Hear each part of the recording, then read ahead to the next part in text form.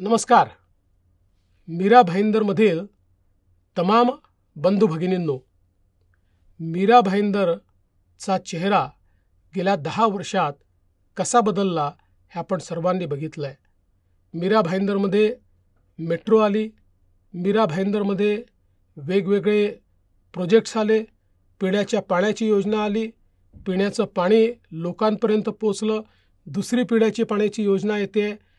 एक प्रकारे सर्वांगीण विकास हा मीरा भाईंदरचा अतिशय वेगाने होताना आपण बघतोय.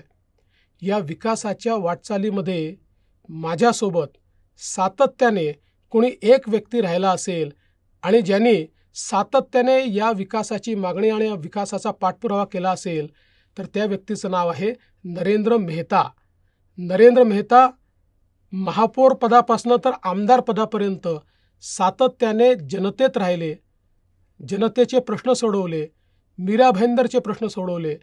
रोडचं इन्फ्रास्ट्रक्चर असेल, वेगवेगळ्या प्रकारचे ॲम्युनिटीज असतील, या तयार करत मीरा भाईंदरच्या लोकांना निश्चितपणे एक मोठा विकासाचा मार्ग त्यांनी खुला केला. आपले नरेंद्र मेहता आता पुन्हा एकदा मीरा भाईंदरमधनं मैदानात उतरलेले आहेत. महायुतीचे उमेदवार आहेत.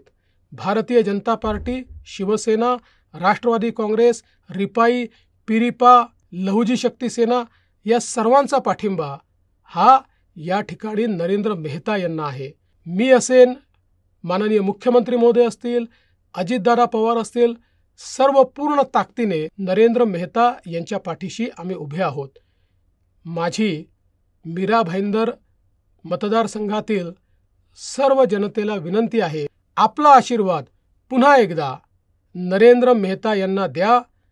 नरेंद्र मेहतांच्या माध्यमातून सुरू झालेली विकासाची मालिका ही पूर्ण करून मीरा भाईंदरला एक अतिशय सुंदर शहर म्हणून या ठिकाणी आम्ही तयार करून दाखवू.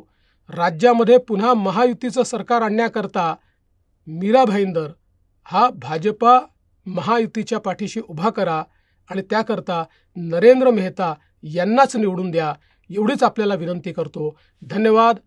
जय हिंद, जय महाराष्ट्र.